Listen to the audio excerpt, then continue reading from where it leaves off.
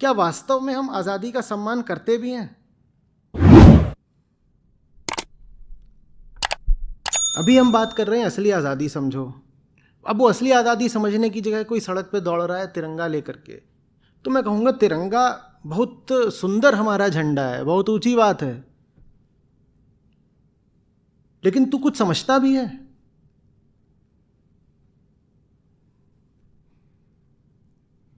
या बस ये है कि जो प्रतीक है वही असली चीज बन गया? प्रतीक तो इशारा होता है, ऐसे इंगित कर रहा होता है, किधर को इंगित कर रहा है ये भी तो बता दे। हमारे फंडामेंटल ड्यूटीज होते हैं, मौलिक कर्तव्य। उन्हीं मौलिक कर्तव्यों में लिखा हुआ है कि भाई राष्ट्रगान और राष्ट्रध्वज का सम्मान किया जाना चाहिए। बिल्कुल सही बात है। और उन्हीं मौलिक कर्तव्यों में ये भी है कि पर्यावरण की रक्षा करनी है और सब पशुओं के प्रति करुणा का भाव रखना है। ठीक जहां तिरंगे की बात है कि तिरंगे के प्रति हमें सम्मान रखना चाहिए, संविधान में फंडामेंटल ड्यूटीज भी वर्णित हैं, मौलिक कर्तव्य।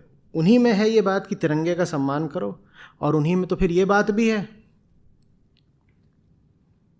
कि पर्यावरण की रक्षा करो, पशुओं के प्रति करुणा रखो, compassion towards all living creatures. उसकी बात कौन करेगा? हम उसको एक हफ्ता क्यों नहीं दे रहे हैं? हम क्यों नहीं कह रहे हैं कि 15 अगस्त के आसपास के 20 दिन हम पर्यावरण को और पशुओं के प्रति करुणा जागृत करने को रखेंगे? तब तो तथ्य यह है कि भारत सरकार भारत को दुनिया का सबसे बड़ा कत्ल खाना बनाने पर जुटी हुई है। वो इसको कह रहे हैं पिंक रिवॉल्यूशन। वो कह रहे हैं यहां और ज्यादा तुम कृत्रिम गर्भाधान करके जानवर पैदा करो और उनको काटो काटो काटो, ताकि भारत दुनिया का सबसे बड़ा मांस निर्यातक देश बन जाए। हम यहां पर नहीं बात करना चाहते क्या जो संविधान ने हम पर मौलिक कर्तव्य डाले हैं उनकी? तिरंगा ऊंचा है, तिरंगा शुभ है, पर बाकी मौलिक कर्तव्यों की कौन बात करेगा? किसी सरकार ने आज तक पशुओं के प्रति करुणा की बात क्यों नहीं करी? तब तो सरकार खुद बताती है संडे हो मंडे रोज खाओ अंडे और चिकन खाओ, उससे सेहत बनेगी। सरकार खुद संविधान का उल्लंघन कर रही है। संविधान कह रहा है कि ये फंडामेंटल ड्यूटी क्या सिर्फ नागरिक की होती है, सरकार की नहीं होती? संविधान कह रहा है ये फंडामेंटल ड्यूटी है, कंपैशन टुवर्ड्स ऑल एनिमल्स। तो आप स्लॉटर हाउसेस को सब्सिडाइज कैसे कर रहे हो? आप मीट एक्सपोर्ट को प्रमोट कैसे कर रहे हो?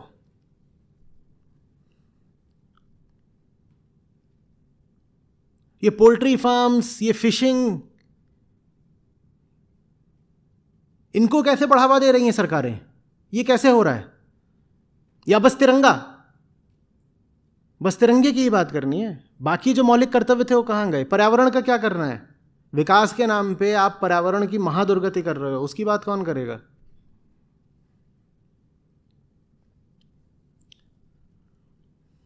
एक फंडामेंटल ड्यूटी है, पर वो एनफोर्सेबल तभी होगी जब उसके लिए पहले सरकारें बिल लाएं और फिर उनको एक्ट बनाएं। पर सरकार अगर बिल लेके आएगी ही नहीं तो कंपैशन टुवर्ड्स एनिमल हो, चाहे एनवायरमेंटल प्रोटेक्शन हो, ये तो ऐसे ही बस कागज पे रह जाएंगे।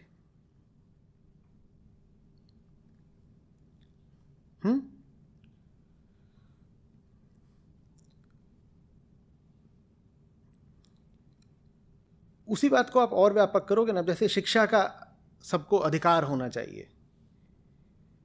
वो शिक्षा माने क्या? संविधान कहता है कि शिक्षा सबको मिलनी चाहिए, बहुत अच्छी बात है। शिक्षा माने क्या लेकिन, और कितनी शिक्षा? आप उस बात को बढ़ाइए ना, तब हम माने कि आज़ादी।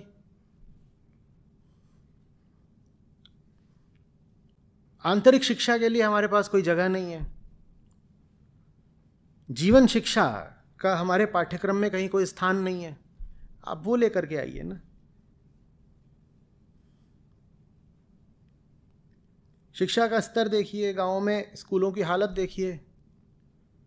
मुझे बड़ा अच्छा लगता, हम कहते हैं अगर कि हम 15 दिन तक ऐसा करने जा रहे हैं कि गांव, जो सबसे दूरस्थ गांव है, वहाँ भी नियम अनुसार क्लासेस लगेंगी तो मज़ा आता। पर कहाँ है शिक्षा?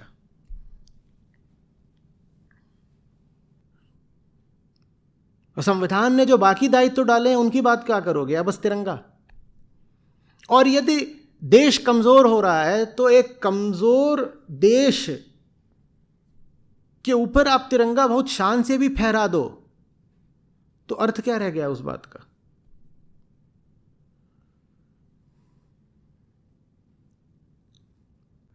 सिर्फ प्रतीकों से काम नहीं चलता ना, असली काम भी करके दिखाना होगा ना। और असली काम कराना जा रहा हो, बल्कि असली काम को और पीछे धकेला जा रहा हो और प्रतीक एक के बाद एक उछाले जा रहे हो तो क्या फायदा? जीवन सिंबलिज्म भर से थोड़ा ही चलता है कि आओ symbol symbol. Every symbol is a symbol of something. Symbol of what? Symbol के पीछे कोई असली चीज तो होनी चाहिए, उस असली चीज के प्रति ही आदर रखना चाहिए, वही सम्मान की पात्र है और उसी का पोषण करना होता है। ये तो मैंने कुछ फंडामेंटल ड्यूटीज और कुछ डायरेक्टिव प्रिंसिपल्स की बात करी। आप इनको थोड़ा और पढ़िएगा, आपको और मिलेंगे।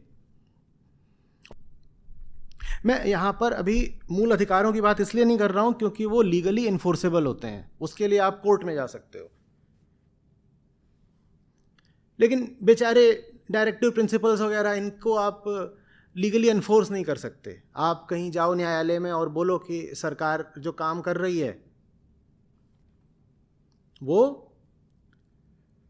डायरेक्टिव प्रिंसिपल्स के विरुद्ध है, तो इसमें कोर्ट आपको कोई रिलीफ नहीं दे पाएगा। वो प्रिंसिपल्स हैं, बस सिद्धांत हैं जिनका आपको पालन करना चाहिए। आप नहीं करें तो कोई सज़ा नहीं मिल सकती, लेकिन वो बहुत महत्वपूर्ण है, इसलिए उनको संविधान में रखा गया है।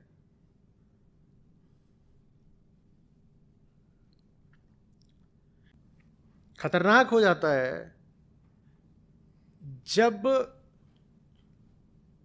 मूल केंद्रीय कोर बात की जगह एक प्रतीक ले लेता है।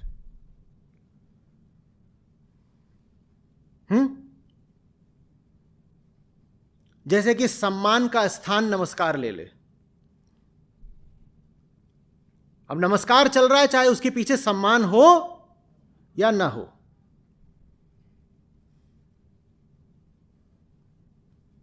जैसे होता है, जाके पांव छू लिए लोग, पांव छूने में पूरा झुकने भर की भी तकलीफ नहीं करते, सामने वाले की जांघ छू लेंगे और कहेंगे पाए लागू। यह होता है कोरा सिंबलिज्म, जिसमें कोई प्राण नहीं है, प्रतीक भर है, प्राण नहीं है।